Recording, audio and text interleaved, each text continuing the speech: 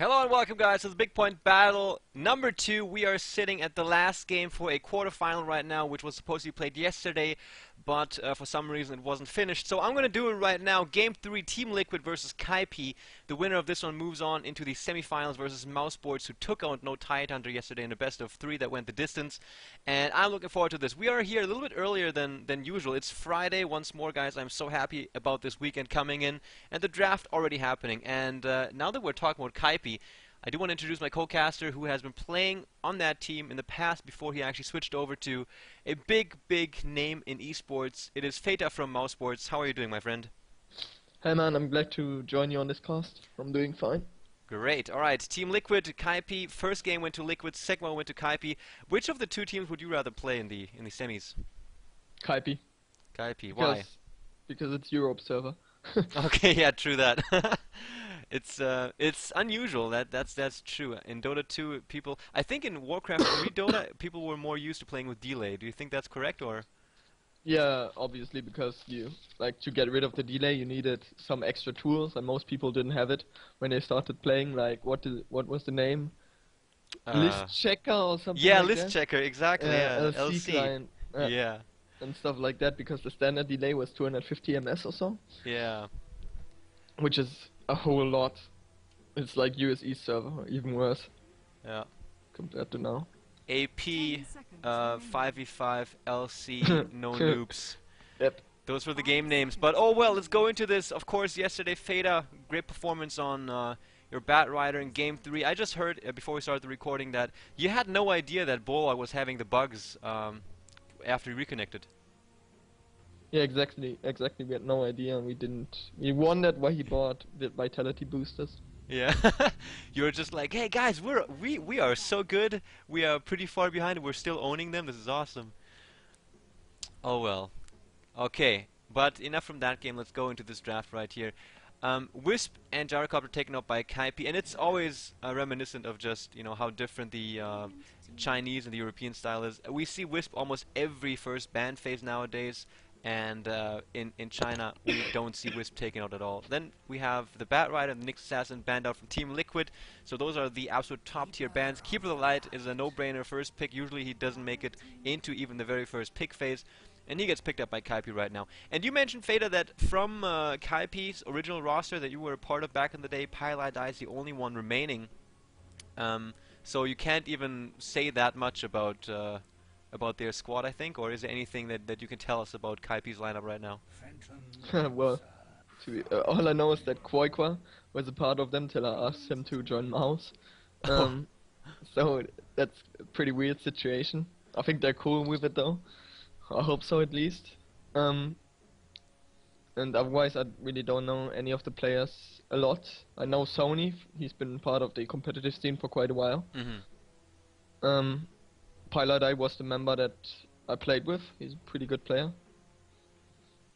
But otherwise, we only scrimmed against him like 2 times or so. And that's about it. So yeah, I'm pretty limited in the things I can say about the team. All right. Well, Phantom Lancer, we're going to see that one. And one thing I must say, Feta, I was so happy that yesterday all 3 games were so freaking awesome. We didn't see a Cupid Light or a Phantom Lancer in all 3 games. Yeah, that's probably the best part about it. And no Nakes. I hate Phantom Lancer so much. Yeah, that was surprising that nobody picked Nikes. We were kind of like, we mentioned it that we're bored of Nikes and don't want to pick him all the time because we were kind of realigned on him. Kind of discussed that, and then we didn't pick him. But neither did they. So they ignored Nikes for some reason as well, even though he would have fit into their lineups several times. So that was pretty surprising. Which game, which game did, game number 2, it seemed like No Tidehunter, they really just put a lot of pressure on you and you weren't able to come back. Was there any other reason except for the fact that you had a anti-mage that you weren't able to push them back, or was it really just the fact that you had black on a hero that really required some more space and some more farm? Anti-mage is actually a hero that can fight pretty early. Okay. And he had free farm for the first 5 to 10 minutes or so. So that was not the problem. It was more that we played really bad in that game. We missed the first blood on Darkseid because of a mistiming. You might have seen that. And then we kind of got caught in the jungle by the 2 supports. despite knowing that the two supports were in our jungle, and for some reason we went there anyway. Okay. So yeah, that pretty much, and they all like that pretty much lost us the game because they had a early game lineup with the Luna and stuff, with the Chen I think, or Ench it was, and could like put a lot of pressure on us, and that allowed them to put a lot of pressure on us, Mhm. and we didn't react to the pressure, and that's why we lost like we deserved the loss. All right.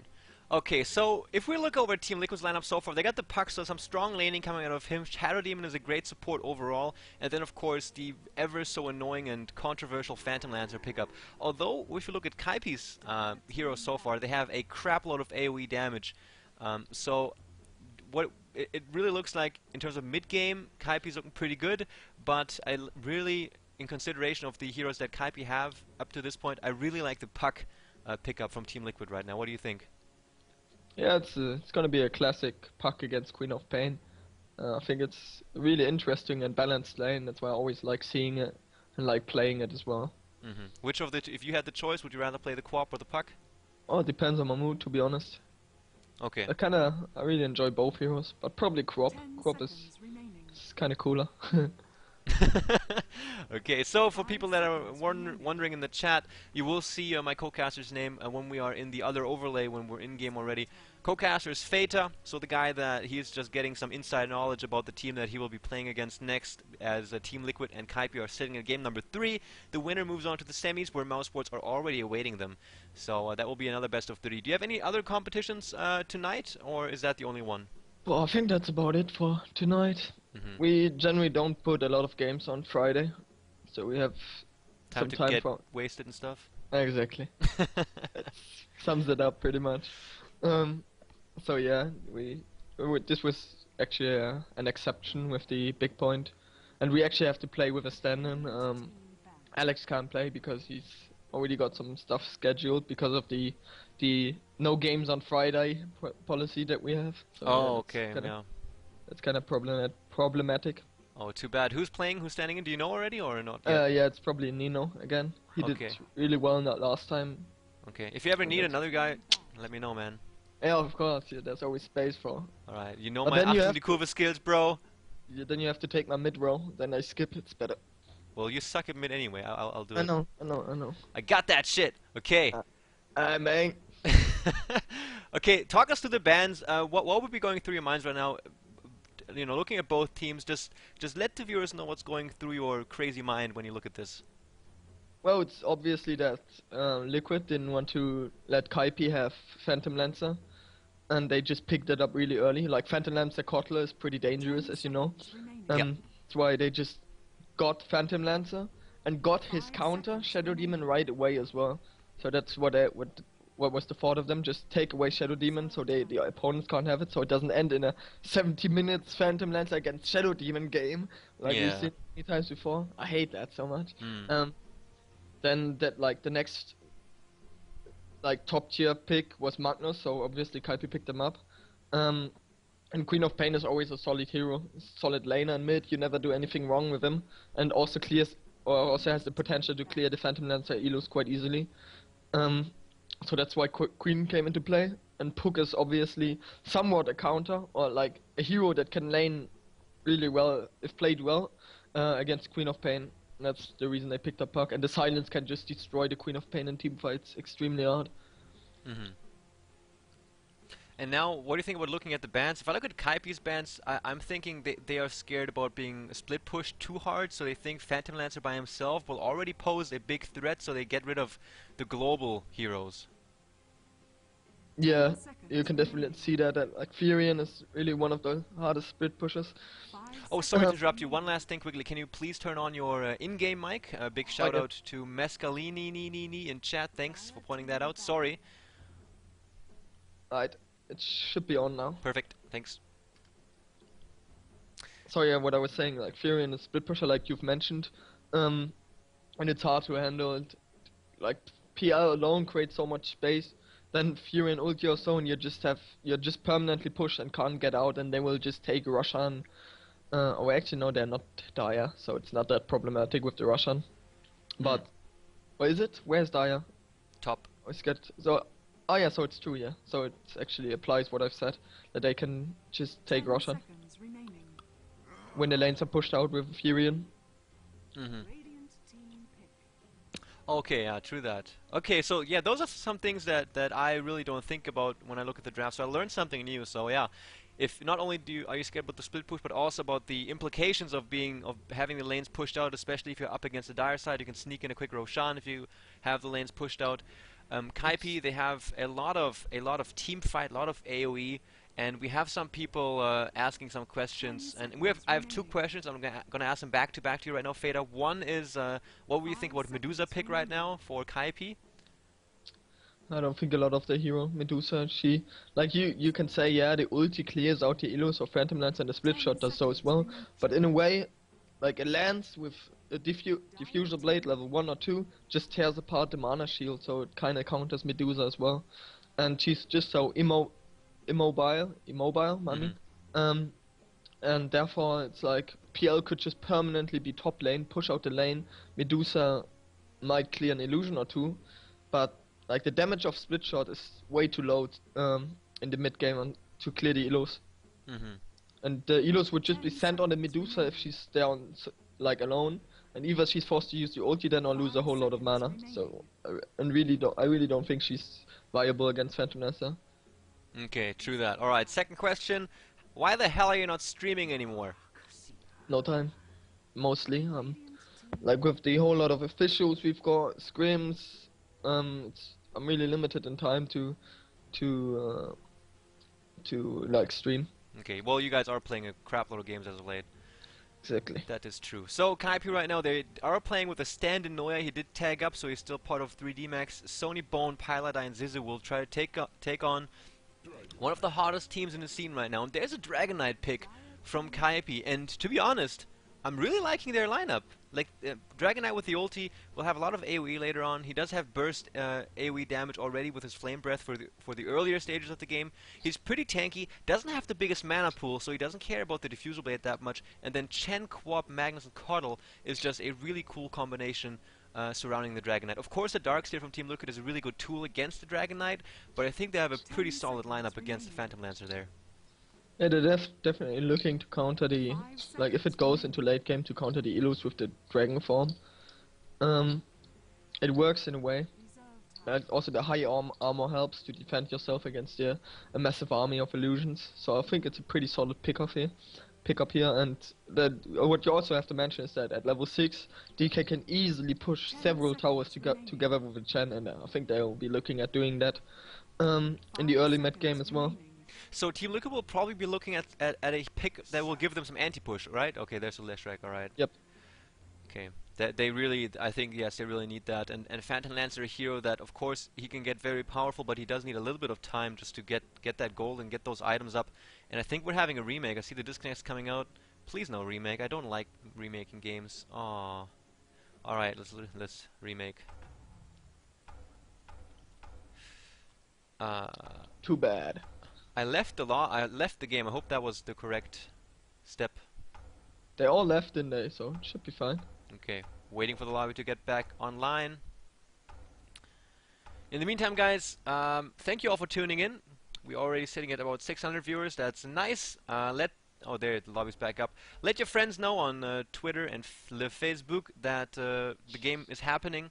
Also, that Fada's co-casting and that the winner of this match will go up against Motorsports right afterwards. 42 issues in chat. Co-caster is Fata, and yes. What else to say? Well, the draft already completed, and if we looked at the lineups, the last pick was the Leshrac for some anti-push, and it'll come down to how well will Kaipi be able to utilize their early to mid-game advantage in terms of pushing power and getting control on the map and creating that space for Dragon Knight to get pretty big, and then I think they will need to transition that into a. Well, do you think Kaipi with their lineup will need to finish the game around the mid-game, or do you think they also have a chance to take them on comfortably when the game goes late? Well, you can never say comfortably against a PL. It's never that, but you have to say that DK has quite some potential to carry against the Phantom Lancer. The problem is, can they handle the split push that will come out of a PL in a lane game situation? So yeah. Ike's Mike is asking if Fata is casting. Are you friends with the Mustache Man? Everyone is a friend of Mustache Man. Everyone is a friend of the mustache, obviously. That's why I got one, man. I won't need more friends. But you have to get a mighty one like Ike's might. That's true. Oh boy. Oh well, again, guys, thank you so much for tuning in. Do support BigPoint, please. They are throwing out 2,000 euros each month, and I think that's one of the things that makes it possible for players like Feta and the rest to invest more time into the game, so that they have the opportunity or more opportunities to earn a little bit of money, so they can finance their lifestyle. It's really not easy to be a pro gamer at this point in time, because the infrastructure isn't really there yet. Sure, you have the international, but you gotta at least reach second place or so, so that the money actually has a severe impact on your life. And with all the other competition, it's essentially just players living on their own expenses, hoping to win some good money. And if they win something, then it really, I mean, if you get like 1,500, then you gotta divide it by 5, and it's rough. It's a rough life, isn't it? Yeah, like people underestimate the fact that this dividing by 5 all the time is actually a huge downside of Yeah. Dota 2 for the individual. Yeah. Like if you think about Dota 2 now, it's really not that bad to live with it, or like live with the money you get. But the problem that you have to divide by 5 all the time makes it pretty much impossible to strive for a pro gamer career. Yeah. So, That's yeah. true. I mean, I played the caster game against the Russian casters, and we won 1,500. That's 300, man. You think it's Exactly. like shit? It's 1,500 euros, and all of a sudden, or dollars. I'm not even sure. And then it's like, damn. Once you divide it by 5, it's like nothing. It's just like a Exactly. little bit of money. Yeah. So yeah, keep that in mind, guys. And that's another reason. The big point battle. I mean, it is 2,000 euros. So considering it's a monthly thing, it's a really large sum. So do please support the companies that make this possible, so that teams have more opportunities to sign up for the tournaments and earn some good money. Um, yeah, and if you do want to support them especially well, then do check out Drakensang online. If you go to bigpoint-battle.com and you create a new account there, you'll get some free items. Feta has been playing Drakensang online for like 5 years. He's already a pro in there, spends hours and hours and hours inside that game. So if you need any lessons, just go into the game, make a free account, and then search for the user Smeglil Breeze, and he will give you some good pointers. Hmm. I like your fantasy. Awesome. Good stuff. And yeah. Or imagination, I mean. Not fantasy. Imagination. Them Germans. Oh man. Oh, one thing that I did want to ask is Paz. He's position 5 now, isn't he? You're, well, 4, kinda. 4. Okay. I thought 5. Well, why? I think Paz is one of the most badass long lane solos I've seen. Because he wanted to. It was his decision. Oh He man. wanted to play support. But And he I was was fine so with good. it. It helped us a lot with the roles and stuff. Yeah. Okay. Because your new member would prefers the long lane, or? Yeah, well, yeah, that as well, yeah. It made it easier Okay.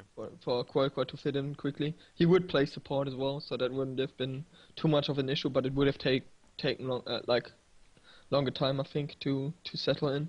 Okay, that's true, because the two supports are then, of course, Alex and Paz have known each other for a long time, so they gel a lot better, I guess. They've been practicing a lot together. Exactly. True that.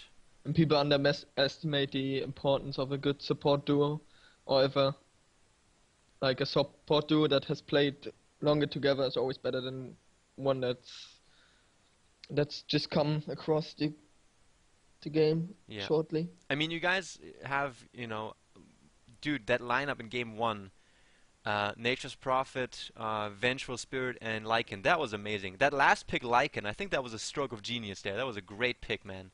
Yeah, it That was worked out really good. wonders. Yeah. That was so good. And yeah, the Vengeful, you guys are right now, I think, showing the international scene again that Vengeful Spirit is a great hero. It's just, because many people say the big downside of Venge is, she has low attack range, so her laning is really bad. So you're like, well, fuck the laning. We'll just roam around and Yeah, go for it's kills. true, kind of, because the stun does have quite a lot of range. The swap has quite a lot of range, Yeah. and you can just roam with her. It's true that the low range hinders her a bit to be a strong laner or go aggressive laning or so, like going to the opponent's safe lane. But her her upsides are that huge damage potential, and the stun is pretty strong in the early game. So yeah, she's definitely a solid pickup, Hmm. and I think other teams gonna realize that too soon. We scrimmed with her a lot, and it's like in a aura-based lineup, she does so much. If you get a Luna or a Lycan or whatever, you just end up getting plus 50 to 100 damage on each freaking hero. Yeah. It's just amazing when your supports dish out 150 damage per hit. Yeah, and we saw that yesterday. You guys were able to take the base really fast, and Yeah. it forced No Tighter to call it quits very early, and yeah, so that worked out quite well. So the picks already happened, guys. Again, very warm welcome to you people that are currently tuning in, and yeah, maybe just let me do one thing here. Clausy in chat also saying not only is it divided by 5 epi, but sometimes sponsor takes money also, and there's time and travel costs and etc. So yeah, that's all more arguments why the esports scene needs to grow more. It needs to be commercialized more, and it's companies like BigPoint that make the first step. And this is why it's really so important that you guys, because at the end of the day, it's still a business, so do go to bigpoint-battle.com and give the game a chance, because if you do like it and you keep on playing it, they're just going to see that this many people registered and supported their cause, which will in turn make them think, hey, maybe we can reinvest some more money, which will make people like Feta really happy, and he can buy some more snacks. Alright, so teams have already been picked, and heroes got picked up. As you can see, Kaipi, Chen, Keeper of the Light, Magnus, Pain, and Dragon Knight. Since we already loaded in, let's go over who's playing what. It will be Pylai Die on the Keeper of the Light, Bone 7 on Magnus, what was his name again? A3012. He had a different name. Arise, right? Was it Arise? I can check quickly. It's probably a Rise. Noya standing in on the Dragon Knight, and Yeah, it's a Rise. yeah, it was a Rise. Alright, perfect. And over toward Team Liquid side, we got TC on the Phantom Lancer, by some regarded to as the most, what's it called? Stable. Hard carries around. IX Mike, Shadow Demon. We got Fluff playing our Leshrac, Bulba on our Darkseer, and that will leave Korok on our Puck. So we might even see a clash here on level 1. Liquid being super aggressive. Coming in, IX Mike up front with the disruption, looking for the setup stun, and yeah, Kaipi knows they gotta back out. They can't They take saw this. it in time. They obviously have the stronger level 1 lineup. Liquid does with the Shadow Demon into Leshrac stun initiation. They can just take somebody out quite quickly, whereas KP has like a Kotl wave, and that's about it to Yep. fight on level 1. That is correct. So we see Dragon Knight. Let's actually have a look at the items if there's anything out of the ordinary. And look at that. Has Korok always done the Feta style level 1 null talisman thing? Why is it Fata still? Well, because Any- you like to do that, don't you? I like to do it, but it's on Puck it's pretty much necessary against Queen. Queen against Puck, it gives you such an edge on the lane. Okay, maybe you're just the only Damage-wise. person where I notice it frequently that you do that, so that's why I think it. But yeah, it's amazing. It gives you the extra last-hitting power is great, and yeah, you still get your bottle pretty quick. Yeah, So, like the main thing is that Puck doesn't benefit too much from a bottle rush because his orb costs 150 mana, and you need 2 bottle charges to like get another orb up, and the damage doesn't scale that good at early levels, like 70 damage at level 1, and it's easily dodgeable, so it doesn't like you can't put a lot of pressure on the opposing hero with an orb. That's why you just put the pressure with a lot of damage, if you know what I mean, yeah, instead of the spell. true that. And look at that bottom lane already doing so much damage, both the Keeper of the Light as well as the Dragon Knight. That forces Chen to come around onto the lane immediately. And I was thinking they might do a trial lane, but in the end it's some interesting Shadow Demon and Darkseer combination, which is working out quite well. They did so much damage to them, and the lane's already pushing in. And this will do a pretty good job, I think, against the Chen lineup. Although they might not be able to hold it for all too long. I think it's a really cool lane because Shadow Demon secures a safer Darkseer, and the Darkseer is just so good at being annoying to Dragon Knight. Just look at his region. He's got 1 tango left. I lost like 300 hit points already, and he's completely out of region. So you can just see it working out beautifully. And you have to mention that it's pretty hard to initiate on a Darkseer Shadow Demon lane once you get Surge up. Okay, man, let's do one thing quickly while I have you. Let's have a look at the middle lane here together. This is the Puck and Queen of Pain matchup that you said is very, very interesting. I'm going to keep my eye on the minimap and I will interrupt you once I see some action happening. But what do you think about this lineup right now and you know, how are you supposed to play this? Maybe imagine you're explaining this lineup to someone who's trying to improve his solo mid game. Well, kinda, at the first it's all about the CS. It's all about keeping your lane on your upper. Like, if you get upper, like Puck has it now. And he's gonna try to keep it there. And that's so important against the Queen of Pain or even against the Puck. The upper is so strong in the middle. You always have to dodge shadow strikes with phase shift, obviously. And yeah, the main thing is just keeping the wave at a good position. Like he does now. Like, you can see Korok did it again. He's in a good position again. Corpse is not gonna get a single hit on him. And he's got the, like, Corp's gonna miss several hits and therefore miss a lot of CS probably. Alright, so Korok really dominating the lane right now. 9 for 6 on last hits on him. How's Queen of Pain looking? 7 for 6, and now the lane is pushing in though. So that was, I think, was it the orb damaging down the wave, forcing the push? Yeah, Okay. because it's actually pretty clever, because now he forces the wave into the tower instead of just, it's hard to explain. When the wave is forced into the tower, it gets pushed to your lane quickly. Instead of just standing around like it does now. He did it too late in a way, because now he lost uphill.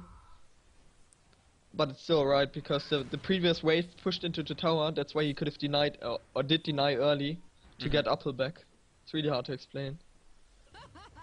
Okay, no, that's true though. So he figured, let's try to push the lane really fast so that it goes into the tower range, so it gets pushed back to me even a little bit quicker, rather than have it sitting outside the tower range. So yeah, that's the same thing why, like, in really low level games you see so much flame about people blocking on the safe lane because it goes into your tower, and then it really defeats the purpose. Korok getting 3 last hits, and that's a good timing on him too, because we're about to see the 4-minute rune. Korok is really controlling the middle lane pretty well. So I would think that Korok, at least in the early phase of this mid lineup, he won the lane. Yeah, definitely. He's got a whole lot of advantage now, because he's gonna get the next rune. Quite certainly. If it's top, he's got it. Yeah, and he's got it. Perfect. That's also the importance in the lane. Push out the lane when the rune spawns. It's pretty basic, but if you forget it, you're kind of screwed. You don't get a rune, or you can get a rune but miss a lot of XP when you go for it. So yeah, it's always important to push out the lane. Okay, so still 0-0 TC farming away, sitting at 32 last hits, doing a very good job last hitting here on top lane. Bone 7 on the Magnus, sitting at level 2. And almost a half. He's actually fighting against Fluff. Great skewer back into the tier 1 tower. The stun from Fluff misses, and that's a lot of punishment. He might not get the kill. He does have a level 1 nuke even. Ah, that's not enough though. That was awesome. And even that's yeah, pretty sorry, dangerous situation. Yeah. For Leshrac, because he's such a low hit point hero. Korok middle lane. Middle. Man fight. There we go. Korok. Oh man, He's goes gonna in die. this. Oh, what happened there? Was it a misplay by Coop or? Duly noted. I'd say so, yeah, because she had to see that she had no killing potential there. Because the orb was still up, Is under attack. and she just put herself in a dangerous situation, especially because Korok still had the Invis rune. You have to check what the opponent has.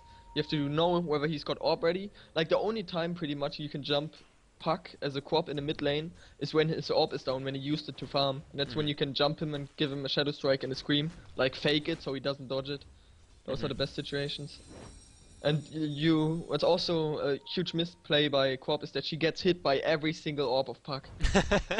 Like, you can see when he hits 3 creeps to low hit points, he's probably gonna go for an orb, but she still gets hit because she doesn't go away for a few seconds. Top tower is under attack. Yeah, that's a good point actually. So yeah, it's as you said, it's pretty obvious once all the creeps are down that they're going to invest an orb to get all the last hits.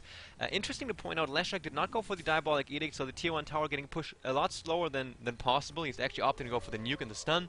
Yeah, but like you mentioned, he needs the lightning to delay the push on when Chen comes into play. Yeah, I forgot about that already. Yeah, that's true. Good point. Haste now picked up by Korok, so absolute lane control and rune control. He was lucky there though. He was lucky there though, because Quap had top rune secured Okay. and just spawned in the other side. So Korok said, "Yeah, thank you. I'm gonna get the haste rune." All right. So luck not on Arise's side, but still he's sitting at level 6.5, not that far behind the Puck. and last hit's only 4 behind him. So Queen of Pain actually still doing a good job, and she still has the levels and the farm, so that once she leaves middle lane to go gank, she can have a big impact on the lanes. Puck in middle lane, very low on HP, forced to use the haste rune. Yeah, Queen. There was a Cottle Blast into Scream into Sonic Wave. Puck had like 2 hit points and triggered, like, orbed out quickly and triggered the haste rune to survive. Now he's gonna get a kill on top, most likely. Is under attack. What's happening? Who's getting a kill top? Puck is. Oh, I was looking at the chat. Shit.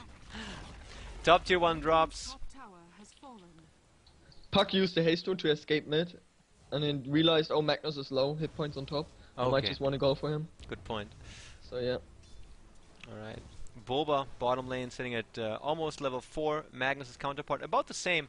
And if we look at the last hits, 9 on Bulba and just 1 on Magnus. So Darkseer doing a little bit better. If we look at the overall levels, let's have a look at that. Dire's middle The tower 2, is okay, under Darkseer and Shadow Demon, the least farmed heroes right here. So I don't think it's anything game breaking just yet. Do you think Kaipi should be transitioning into some form of team fight and push here anytime soon? I think they have to do something soon, because look at the situation right now. Mid is lost, Puck is winning mid. Darkseer gets more than Magnus. PL gets more than DK.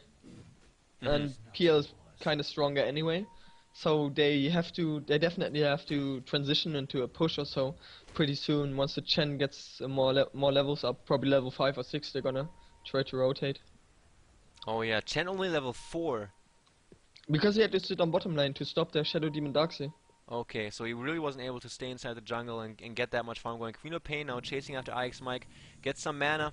Now there comes the blink and the scream. IX Mike goes for the disruption. That's, oh man, he actually turned around. Queen of Pain gonna need to go for a blink No in 3 boots though. seconds. He's got no boots. But his Stun? stun is good. His stun was really Fluff good. comes in. The blink will probably still be enough though. Oh, the He's dead, scream he's dead. misses. Queen is dead. Queen of Pain gonna go down. They are correct, man. Wow. That was IX a good Mike. movement by X Mike to Yeah. go on to the left side to like get closer to Lashrock and dodge the Illuminate at the same time. That was really Pretty good. nicely done. Power of the stash. Noya actually went Bottom for lane, a hand of bottom lane. minus. Yeah, thanks for pointing that out. Korok coming in. There's the signs onto Noya, and look at that burst damage. And, you know, Hani was making... Oh, Shadow Demon gets killed by neutral in the meantime. That might have actually been on purpose. Yeah, he bought all his items and he died to a neutral. Good play by him. Hani was making the argument that, you know, although the passive is good from Chaos, from Dragon Knight, the passive isn't what you need early on in the game, because it's not the physical right clicks that kill you, it's the magical burst. As we've just seen, a high level Puck coming in, using Orb and Nuke as well as ulti, just Radiant's bottom tower. makes the DK die in a few ticks of Iron Shells. Mm-hmm. Queen of Pain throws out the ulti and it has a huge range, gets the kill on Lashrak even. That looked like he was out of range, but man, that was pretty sick. That's a long range. Let's have a look here, maybe in the pause. It doesn't give me the range indicator while the game is paused, but that was pretty good retaliatory kill here by Queen of Pain. Keeper of the Light though still died first. It's a 5 for 3 so far for Team Liquid, who arguably have the stronger late game lineup. So it is pretty much favoring them, and the pressure right now is on Team Kaipi to make something happen about this. Again, this is do or die for both teams. It's a 1-1. The winner of this moves to the semis versus Mouse Sports. Queen of Pain is really unlucky with the runes. It spawned on the other side. She would have gotten top rune, and it spawned on the other side. Zizou getting caught out by Puck. No ulti, and nothing to chase check. quicker. He's safe. Pylai die, gonna be a big nuke. Korok not able to phase shift out in time, as it was right inside his face. Good rotation by Liquid, going to the bottom tower now. We got Because they're Noya. not prepared for it. Like Kaipi is not prepared for bottom lane, and as you can see, Pylada is just gonna get picked off now. Oh yeah, here we are. Pylai die goes down. Great movement by Liquid, as you said. There was some really beautiful stuff there. They came in and they were under the cover of the fog, and they moved to go and see if they find any supports that were moving in to help out. As usually they're sitting inside the jungle in that position, and they were right. They found one, and now this tier 1 tower probably going to go down, and we have Kaipi looking to trade. Yeah, but you can see what Kaipi is doing now. That's good movement. Moving the Chen into the middle, knowing that they can trade the middle tower for the bottom tower, which is actually a really good trade because the middle tower is the hardest to push. Mm-hmm. IX Mike came in, throwing out the Shadow Poison. Support TPs are coming in, but this tier 1 tower is going to go down. Korok is here. He doesn't have the Blink Dagger yet, and only Orb level 2, and he doesn't feel confident going in. So Kaipi He gets didn't the have trade. the mana either. He Oh, only okay. had an ulti, and then he wouldn't have mana. Yeah, true that. Or any mana left for the orb. Is under attack. TC on top, going for the Diffusal Blade right now after the Yasha. He's gonna be a big problem for Kaipi really soon. And it's gonna, like the thing that I mentioned is probably gonna happen. PL is gonna keep split pushing top, with several illus, and then somebody's forced to death, and that's when Liquid is gonna look at Roshan, Mm-hmm. because the top lane is pushed out, so they can either choose to lose a tower, and try to defend Roshan, or they're forced to death the tower and give up Roshan. That's a huge die advantage that you have with PL pushing top permanently. Yeah, that is true. And I'm wondering, PL is one of those tiers that works very well in these split push scenarios. How come, like, what do you think, why isn't Brute Mother played a lot more often nowadays? Like, the thing with PL is he can push the lane so hard without actually being in the lane. You know, once he gets a lot of items, he can just push so easily with the illusions, and meanwhile the main hero is just sitting in the jungle and farming, and it's so hard to pick him off. With Brute, she kinda has to be in a web near the lane, and if she's not there, the spiderlings don't push that much alone, and it's enough for one nuke to remove the whole spiderlings. They give money, Yeah, true. and they don't steal your mana. That's actually really good reasons. Yeah, true that. True that. So If there you have compare it. them, the only thing that Brute has on Phantom Lancer is a way stronger laning phase. If you pick right, a Brute can destroy a whole tri lane alone. For example, if they have Void and Kotl or so that just can't kill the Brute, that's when it's wise to pick Brute, and then you put a lot of pressure on the safe lane of the opponents, whereas your safe lane is totally free. That's when Brute is good. Okay. That's when Brute is good. Brute is good. Alright. So, some really nice Dota lessons from Mouse Feta. We got Noya, even though he did go for the Hand of Midas, he's trailing behind the goal per minute severely in regards to the Phantom Lancer. So that is pretty... He was pressured by the Darkseer all the time. Oh yeah, true that. You always have an explanation. Would you stop, man? It's... I'm trying to make them to make this game sensational, but you always have a logical explanation. So yeah, the laning from Darkseer was pretty good. He's going for a quick mech, and yeah, what else to say? We have the Blink Dagger up on Puck, and the Diffusal Blade almost up for Phantom Lancer, and that would be it. And Dragon Knight, is he going for a fast BKB, or is it going to be something different? I think he has to get a BKB. Yeah, he's got an Ogre Club already, so it's pretty certain that that's a BKB. You have to get a BKB against Puck, Lash, and Darkseer, pretty much. It's pretty mandatory. Oh, really good disruption by IX Mike. And this follow-up stun from Fluff, and this is Q for Liquid to just back out completely safe. We saw all the support TPs coming in, and Kaipi will be too slow, and Liquid will be safe. Yep, and they committed 5 heroes there to counter gang there, and they didn't get a single pick off. And meanwhile, you look at top lane, and Phantom Lancer is having a whole lot of fun. Yeah. Well, that's correct, and boy, that was great coordination again by Liquid. A perfect disruption. IX Mike realized the extra range on the stun from the Dragon Knight. By the way, I think that buff that he received a little while ago, where his stun on Dragon Knight was got some extra range, I think that was a really, really nice buff for Dragon Knight. It really didn't make him OP, but it really helped him a lot. Definitely. That was really well placed and a good way to buff the hero. Yeah. Corpse dying in the mid lane. Yeah, Korok owning Quap, but no mana left. Bone coming in, but He Korok doesn't is have out. enough levels on Skuas, he wouldn't reach the puck there. Yeah, but that's what I mean. With Puck and a Blink Dagger, a Queen of Pain is a really easy target, even for a solo kill if you're over leveled. And just a duo like Shadow Demon plus Puck, Queen of Pain is dead if he's got a dagger.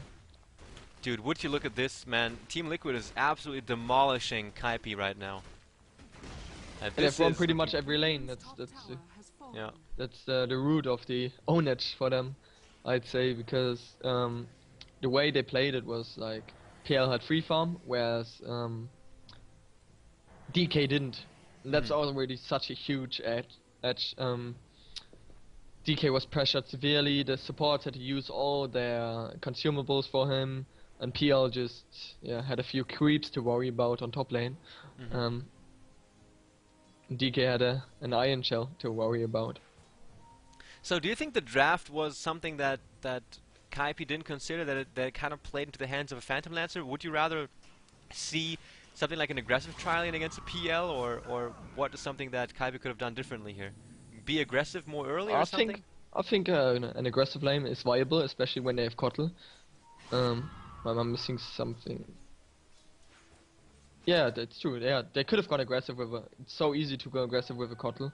The problem is which supporter do you get with it when Shadow Demon is taken. Liquid did good at picking off Shadow Demon early as a second pick together with Phantom Lancer. That kind of made it hard for Kaipi to go aggressive. Maybe some other hero, I don't know, Bane or so, could have worked. And I think they should have done it, because with a Kotl you've got so much potential. Yeah, Bane with Carl always a great combination. Yep. So yeah, you could have considered that, but I think they were, first of all, they were surprised by, they didn't expect a Shadow Demon Darkseid down, the way it worked out. It was a really good move by Liquid. I think they didn't think of that in the draft, and they didn't react to it accordingly. Stun, top lane on a TC, will be able to focus him down. Everything is coming out. Great silence by Korok, but it's not enough. Phantom Lancer goes down, and all the phase shift out. Great chain heal keeps everybody alive for a while. The puck oldie about to wear out on everybody else. Noya perfectly timing the range movement here, and he's trying to look for Korok, but he's too far out, and they only get that one Phantom Lancer, but boy, was that an important kill for them. They might even get more if he reaches the stun. No, he doesn't. Yeah, no, this is what they have to do. This is what I've mentioned before. They have to put a lot of pressure on the tower at some point, which they do now. Even better, they get a kill on Phantom Lancer, which is really, really nice. Yeah, Fluff now showing himself inside the jungle, or inside the woods. Korok is hanging around. The Blink Dagger is ready, so it's silence. Oh man, look at that. The chain creeps coming in. Korok shows himself, goes for the silence, but Leshek already dead, and now Korok needs to get out. Nothing he can do, so Fluff hanging around a little bit too long, but I don't think there was anything that he could do about that anyway. And one thing worth mentioning, Kaipi, they have the Chen send back, and they have the Cardle relocate. That's pretty cool. Yeah, that could become a factor in the mid game, definitely. Especially for Queen. Like when I play Queen and we have a Chen on in our team, I just love it, because you're so often fully out of mana, and then you just come back with full mana, especially when you keep, like, for example, this mid tower is still alive, and you can just TP on it after you TP'd out. Yeah. That's such a nice factor for Queen of Pain player, and I bet Arise is gonna enjoy it as well. Same with Stormer, so heroes that, if they go for a kill, they're mostly out of mana. So, some stacking also happened from Team Liquid simultaneously, one thing that Kaipi didn't get a chance to do, so that's another gold advantage now coming the way of Team Liquid. Now we're going to have a quick look at the gold difference. It is still in favor of Team Liquid, but at only 2.5k gold. I was expecting a little bit more. If we look at the, okay, well, the tower difference isn't that huge, if there even is one. It's equal. Yeah, and then experience, not that much either. And now let's have a look at the items. BKB now finally up on the Dragonite. They will help him out a great deal. And we saw that when they 5-man up and they go in, how powerful their lineup is. And that's only a temporary situation, though. So they need to make the most out of this right now. Diffuse Blade. Yeah, definitely. With the BKB, they are forced to go aggressive now, and they can win every fight if they use it well. Because if you look at Magnus, look what item he's got. He's got a Blink Dagger, the core item, the #1 item for Magnus, and it can just secure fights so easily. So that's why they are planning to push towers now. And see, Liquid is kind of worried already going back. Oh, Noya, he's taking so much damage. He is forced to go for the BKB. Good RP used by the Magnus, or was it? I'm not even sure if he caught anything. Arise dealing some good damage. 2 heroes already down from Liquid. Good defensive disruption around from IX Mike. Stands his ground, tries to fight. TC goes down a second time. Noya stun goes onto IX Mike. 4 heroes dead for Liquid. What a fight for Kaipi. And look at that.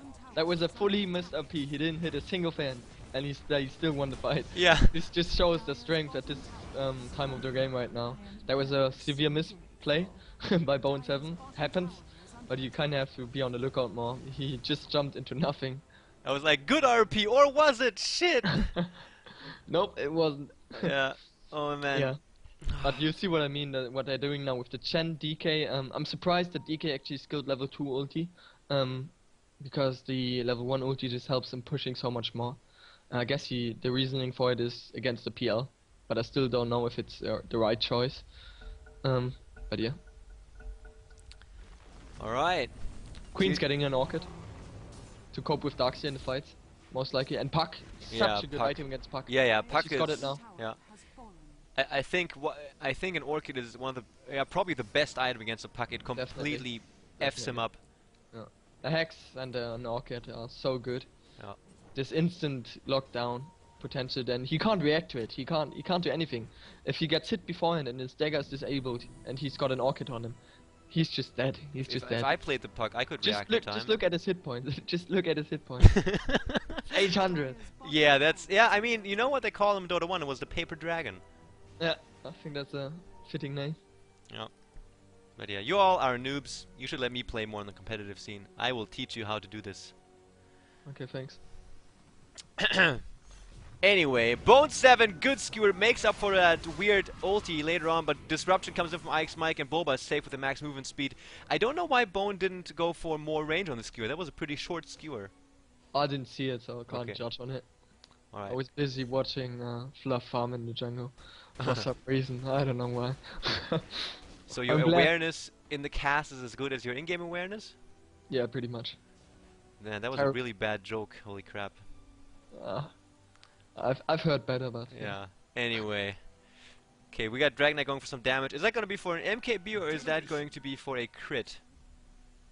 Depends on what PL is getting. He might check whether PL goes for heart or butterfly now, and then he's gonna judge whether he's gonna get an MKB or crits. But I think it will be MKB anyway, because if he goes for crits, PL will see it and will just say, yeah, screw it, I'm going butterfly. Mhm. And that just kinda screws him over. Something I've wanted to mention. Ah yeah, Puck is going for Orchid as well. Or Refresher, but I think it's an Orchid. Which I don't think is the right choice here. Because after the Orchid on Queen now, which is finished, she's gonna go for a BKB. And then the Orchid on Puck does nothing. Only screws up Magnus a bit, but he's getting a BKB as well. Yeah. And their BKBs are a lot closer than his BKB. Yeah, why does he go for an Orchid? I think like a Yule Scepter or a Force Staff would be amazing on Puck right now. Yeah, Because, you know, that I way you can take it agree. away. A Force Staff would be, well, it doesn't do a lot either. It's kind of like on Puck.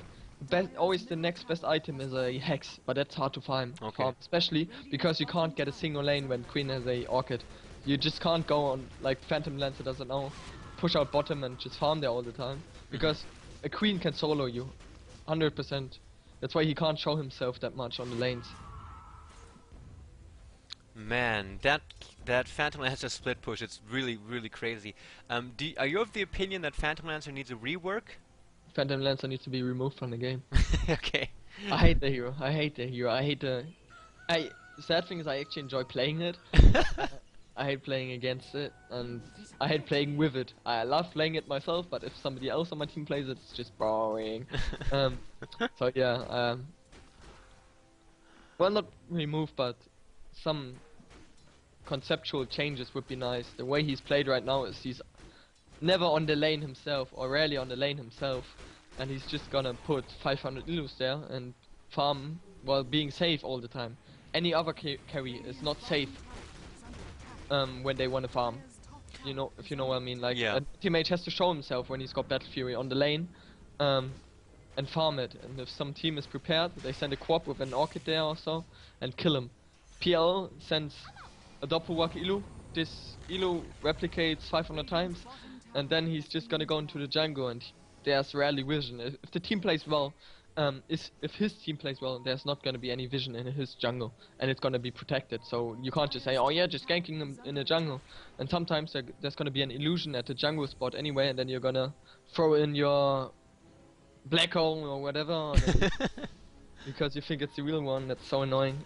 What would be some ways to nerf him appropriately? Do you think maybe putting a bounty on his illusions, like 10 gold for illusion or something like that, or? I think that wouldn't be the right way. I think kinda you have to strengthen him. Like the main hero has to be strengthened, and his split push potential has to be weakened. What about like similar to Lone Druid, where if he gets too far away from his main hero, the illusions, then they can't attack? Then the hero would never be played again. Which is Well, not a and bad that would be thing. fucking awesome. Yeah, wouldn't be a bad thing. So maybe, yeah, that's maybe the way to fix it.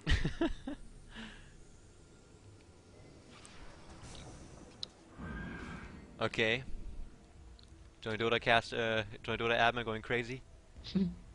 Alright, top tier 2 push now coming from Kaipi. They're still looking for the team fights. Let's do a quick check of the items. There's still the Orchid on Co-op, the Blink Dagger on Magnus as always. Already a Reaver on Phantom Lancer, so he's now getting more tanky and more dangerous. Darkseer has a Ghost Scepter to stay alive a little bit longer. Split pushing happening in mid tier 2 from Phantom Lancer. Once more Queen of Pain going for the defend. And Misplay there. Huge misplay. what happened? That Queen of Pain didn't go there earlier, because if they want to fight top, Kotl can always just send her back, or send her back into the fight, if you know what I mean, and they kinda gave up a tower without a reason. The mid tower, like Queen of Pain could have just TP'd there, and if like Liquid came with the reasoning, oh, Queen of Pain ain't there, we can just fight him top, she would have just been ported by the Kotl, you know? Yeah. I think she was worried that, because the team of Liquid was missing, that they could have been at mid, which is understandable, but they weren't, so maybe she should have just taken that risk. Or just, like, I don't know, TP'd in, pull the creep wave away, or just even send a damn ulti on the Elos to save a tower. That's not a bad idea, actually. Oh man, do you think that, like right now all the outer towers are gone for both teams? With the map opening up like this, I'm afraid that this will just turn into your typical Phantom Lancer game. Oh, they're smoking, going into Roshan right now. There's gonna be a fight, probably. And Chen is in a really bad position. Oh man, Zizou going in, sends his creeps to the Roshan pit to check things out a bit. Ping is coming. And this is going to be a big fight. And on these close quarters, of course, having a Magnus ulti and the splash from Dragon Knight is amazing. But the Darkseer is just as good in close quarters. TC going invis. It's got a heart now. Yeah. So this is going to be really, really hard for Kaipi to fight. The question is, are they even able to challenge this? I mean, the damage from Dragon Knight is good. Can. Yeah, they can. He's got an MKB as well. And I think they should. I think they should take a fight here. Alright. Because their lanes are in a good position. There's like no PL split pushing top, no PL split pushing bottom. So yeah, they could just force a fight here. Because in my opinion, they still have the edge on the other heroes. Oh, Korok going in. Ulti on the two heroes. Silence out on the Korok. Immediately the Chen heal. And BKB used also great skill from Bone on the two heroes. Immediately Puck is down. That was a questionable initiation. Great ulti from A3012. And it's 3 heroes down from Team Liquid. They're now going after the... oh, Noya actually got disrupted. Ix might gonna go down to the right click from Bone. Buyback's used. First buyback is from Cardle. The other buyback is used from the Darkseer. And they're trying to rejoin the fight. Bulba right now getting stunned and slowed down. Level 3 ulti from Noya. Too much damage. Triple kill on Queen of Pain. And that was a good fight by Kaipi. Could be Rex. Could be Rax. That's what I mean. They have to take fights. They are able to take fights, as you've seen. Good RP as well, taking out both supporters. And yeah, good reaction on the Orchid. That's what I mean with Orchid counters Puck so hard. Yeah, absolutely. Because you just thought, oh yeah, I can just screw these guys over with my silence into orb out combo. But nope, you got Orchided, you died. Yeah. And this is amazing. Oh, Zizou gonna go down, but holy crap. Team Liquid, they're on the back foot. The tier 3 goes down and Kaipi looking really strong. And this is what Feda has been saying, that their fighting lineup is really powerful right now against Team Liquid. So this is gonna turn maybe into, well, I hate to say it, but Liquid right now, I think they just will feel like split pushing with the PL and turtle it up until PL gets too damn powerful and they just win the game like that. I think Kaipi should just go mid right again, like right away, and try to take out the Rex. They need a Rex, definitely. Alright, here we go, Roshan attempt. I'm wondering what Quap's gonna be getting, whether she goes for the BKB that I've suggested. She should, because Puck has his Orchid soon. He is going for an Orchid. He's got it now actually, and then kinda Quap is also screwed by an Orchid obviously. And a BKB just makes it completely useless. So I think a BKB is definitely the best item here. Fluff TPing back to base, shows himself while Queen of Pain is split pushing. Nukes gets thrown out and the Roshan gonna go to Team Liquid right now. TC will have a second life. And now this is when PL gets problematic for them. Yeah. So TC's been farming like a beast 30 minutes into the game, where he is sitting at 200 and almost 90 last hits. 17,000. 17, yeah, is the net worth. 1,700, I'm sorry. No, 17,000. My god, I'm tired. Oh shit. 17,000? Ah, net worth. Oh yeah, okay. Thought you meant current gold. That would be crazy. Well, Dragon Knight, he did go for the I've seen Midas. it before. I've seen it before. Like in Dota 1 games, a Tinker or so with 17,000 gold. Really? Yeah. I once played a pub tiny and I've got like 12,000 I think I had. But those are random pub games, so. I think a Tinker had a net worth like that, or like a current gold like that in Dota 1 before in an official match. Quite sure of it. It's pretty sick. Well, Tinker, another one of those heroes. Team Liquid, one of the few teams that really like to play Tinker. And you know what's...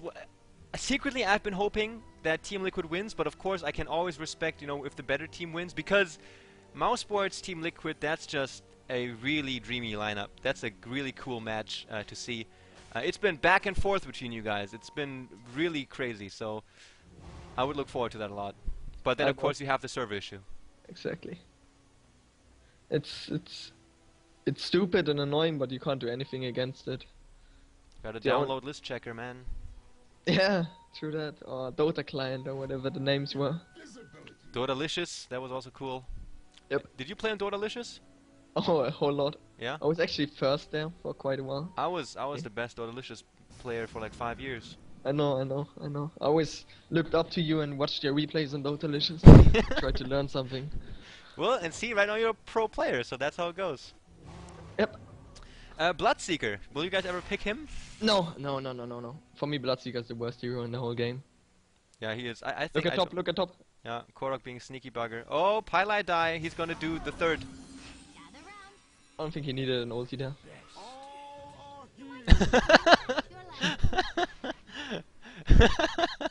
Chen messed up there. Keep the light, guys. All are healed. Oh shit. That was like if Chen healed him there and Quap TP top right as the engagement started, Puck would have died definitely. So Queen of Pain had a TP all along, and I don't know why she didn't use it. She's got a BKB too now, so if there was any more behind the Puck, she would have survived anyway. She can't really die with a BKB here. Yeah. So Unless did you PL message? something. Did you message Quap? Did you say, hey, go Yeah, I BKB? spammed her all game. Alright, so let's have a quick look at the items once more. Level 2 Diffusal Blade into a Butterfly coming up for Phantom Lancer. So in preparation for that, we already have the BKB pickup for Dragon Knight into a crit. So he is hitting immensely hard, going for the Helm of the Dominator right now also. So Dragon Knight is doing a very good job carrying his team right now, and the splash damage against the illusions is still very good. So when it comes to the big 5-on-5 clashes, I think they still have a decent time window where they are looking very strong and in a good position to fight them. I don't know why they don't now. They could just go mid, because they have decent lane position. The split push wouldn't be so strong now. And even if it was, you still have Kotl. Like Queen of Pain could just always defend against the Phantom Lance on top lane, and then be ported in by the Keep of the Light. Now they're looking at a mid push maybe, hopefully. Yeah, I think so too. I think they By the should. way, Kotl just lost his gem to the Puck on top lane. He had a gem. Oh. So that's even worse then. Good point. Do you think that Queen of Pain should go for an Aghanim Scepter for a quicker cooldown on the ulti to stop the split push? I think it's too late now. Like Pia's already got a heart and the Aghanim's ulti. I mean, it depends on how you want to play. If they want to go all mid now, then an Aghanim's is not that good. But if they want to keep fighting against the split push of Phantom Lancer, then it's a pretty good choice. Oh, vacuum back in. BKB force off from Queen of Pain. Look at the right click damage. Too much. Needs to get out, and that's a lot of effectiveness gone. TC gets stunned. Noya with the right click. Great RP by Bone. Korok is here, but silence. TC's gonna get focused down. What a play. He's gonna get brought back by the Aegis right away. 2 buybacks from Liquid. They do need to hold these racks in the middle lane. TC gets back up, gets stunned immediately. Korok is here, throws out the ulti. The 2 buybacks doing good job. Now Chen throws out his heal, and Queen of Pain, the first one to go down. Is there going to be a buyback? I'm not so sure. And now Noya needs to be careful. He's on the run back out, gets disrupted. The ulti up for maybe another 10 to 15 seconds. He's standing his ground trying to fight this, but he will eventually go down. And that was all on the back of that Aegis. That was all the Aegis, I think. Yeah, imagine they would have done this before the Aegis. Yeah. They would have killed Phantom Lancer before you could have done anything, and now you just ripped them apart. Oh, yeah. Oh, Bulba. Great vacuum. Secures the kill on Pile Die here. And this might be the turning point. This was that one point in the game where Kaipi totally had the chance to take the game, but in the end it just was not enough. And yeah, Phantom Lancer with an Aegis, as you said, man, when he picked The it up. main problems were actually the buybacks on the Darkseer. Okay. Because he could have got like through the buyback, he got enough vacuum into the wall up, and that just screwed over the DK because his illusion is really strong. Well, I think the time. Yeah, okay. The illusion from Dragonite did a lot of work. That's a very good point. And now Liquid coming in for the push. Kaipi played a very good game though, and it's still not over. But it's looking pretty bad for them at this point. Dragonite can't come back. He did fight a very strong fight there, but it was just too much. The two buybacks from Liquid, they rejoined the fight immediately, and they were pretty much back in the fight by the time Phantom Lancer respawned. So it was again 5-on-5, you know. I don't like how they don't use Chen sandback into Kotl ulti recall at any point of the game. They just don't use it at all, and it's so strong. Like, they could just initiate with the Queen of Pain being sent back, and then she's just like 5 seconds after she's just in the middle of the fight again. It's so strong. It's like it's half an Aegis if you use it right, or a buyback into recall of Keep of the Light or so. The recall itself is so damn strong. Yeah, You I should agree with definitely that. use it to your advantage, and they haven't been doing that the whole game. There's a pipe on the Keep of the Light. And That's Yeah, that's probably important as well. Yeah. They had it last time too, though. In the middle fight just now, they had it as well there. I'm quite sure of it. and here they And it go. didn't do a Some lot. good uphill vision from Kaipi with that Observer Ward. I think this is desperation now. They shouldn't do this. They've just lost the fight there. They're gonna probably lose another one. Maybe they think, yeah, well, actually they don't have buyback now on the Darkseer, and they don't have Aegis on the EPL. But I still think because of the butterfly, Liquid is gonna win the fight. But we'll see. Alright, here we go. Perhaps the last push of the game. Noya coming in, waiting right now with his ultimate. The nukes are being spammed out to bring down the HP. Look at that damage from the illusions. Forced the nuke from Noya, almost out of mana. He will need to pop his ulti pretty soon, otherwise his mana will be gone. There he goes. Now he starts to stand his ground. Look at all that damage coming in. He doesn't have his... Oh, Chen ult into Bone 7, so he secures back, but only one hero caught. Immediately Ike's Mike drops. Good wall by Boba. Will there be a vacuum? No, there's not one. And Noya just backs out. No illusion from the freaking Dragon Knight at this point. Zizo now getting chased back out. Noya gonna turn around and try to fight this. TC, oh, the butterfly deals so much. It's so good for TC. He can't really do anything about this Dragon Knight. Even though he can't hit him the whole time, he's too tanky, deals too much damage, and this is Team Liquid taking the game. This is what I meant with the butterfly on PL. It's just too strong. And that's pretty much GG now. They hesitated too long in the mid game to push, and now they kind of go that now they won it too hard. They probably regret their decision of not going earlier, and now they're like, oh yeah, we have to take those racks, but it's too late. It would have been better if they just split farmed now. Yeah, that was very unfortunate. You know, even though the Dragon Knight had the MKB, it really didn't seem that it mattered so much for the Phantom Lancer. What was it? I guess the high armor. He's just too fat now. He's too fat. He's got 3 items or like 2 items above the DK. Like he's got a butterfly and a heart. What does DK have? An MKB and a half-finished Daedalus, like a Crystallis, which is nothing compared to a butterfly and a heart. He's got one like high tier item with the MKB, and then he's got like middle tier items, and PL just has a manta, a butterfly, and a heart, which are just incredibly strong carry items. So obviously DK has no chance against PL, and that's all because they hesitated to push. Like you've seen how the fights go in the mid game, and the good thing is they could have always forced fights because of the Kotl being able to send the Quap or any other hero back into the fight. Like Quap, like you could, like the excuse would be, oh no, but if we force a fight bottom, they would just take our top tower and it would always go like that until PL gets too fat. But no, if you just send Queen of Pain there, just screaming the Illus away or whatever, and just getting her back into the bottom push or wherever the push is with the recall of Keeper of the Light, then you can just force a fight quite easily without having having to worry much about the split push. Yeah. I Yeah, don't that's understand why they absolutely didn't right. use it. They didn't use it at all. They Yeah. never used recall. So Not it's once. like they are not, they haven't utilized the full potential of their very powerful lineup, you know. So Exactly. They had a good lineup. They had good clashing power, as you've seen, with taking a 4-0 fight with a fully missed RP, and DK being halfway out of position. It's pretty amazing if you ask me, and that just shows the power of the lineup. They might find fluff here. Oh, they were unlucky there. man, that movement is so good from Team Liquid right now. That is incredible that they weren't found there. That was completely incredible. Like they didn't even have any wards. Now they can see them, but they're already too far away. This is great game sense from Team Liquid. This is some IG shit here. And meanwhile, on bottom lane, bye bye tower. Yeah, this is pretty sick. TP forced back, and Magnus is here, but they need more. He can't do that much. Look at the tower eating so much damage. Now Queen of Pain comes in. She might even have to invest. Yeah, I was gonna say maybe she needs to invest her ulti, but no. Wow. Tier 3 tower almost down, and you know that's essentially. Wow, what happened there? Elos had some fun with Keep Off the Light. Korok coming in, blink away from Quab, tier 3 tower gonna drop. This will be mega creeps. As you can see, the tier 4 tower is already taking some punishment from the stronger creeps. Noya, heal from Chen, ulti from A. And Korok gets an unstoppable streak. He's gonna go down. But in the end, it's just way too much. Dragon Knight is down. Only Magnus and Quab alive still, and this is it. Yeah, GG we gets have it. called. Radiant's middle tower is under attack.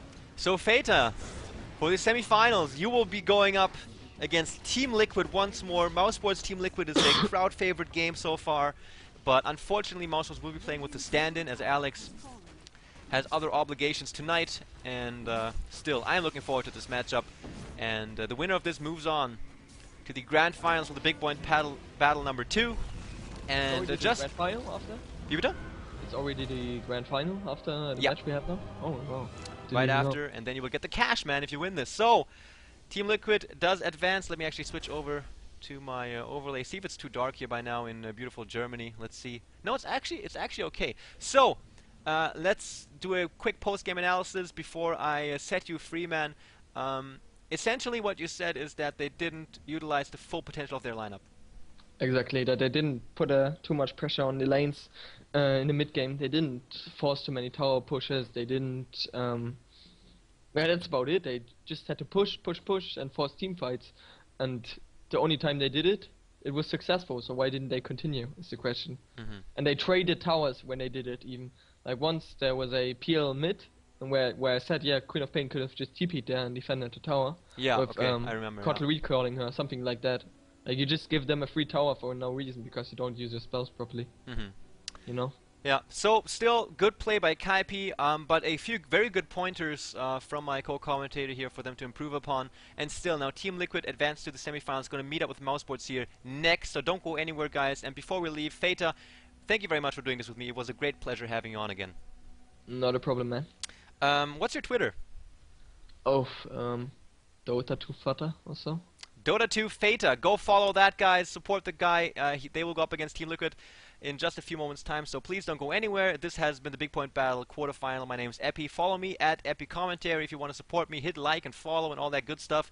And most importantly, stay tuned. See you in a bit. Get something to drink, something to eat, but do not turn it off because we got some more great Dota coming your way. Bye-bye.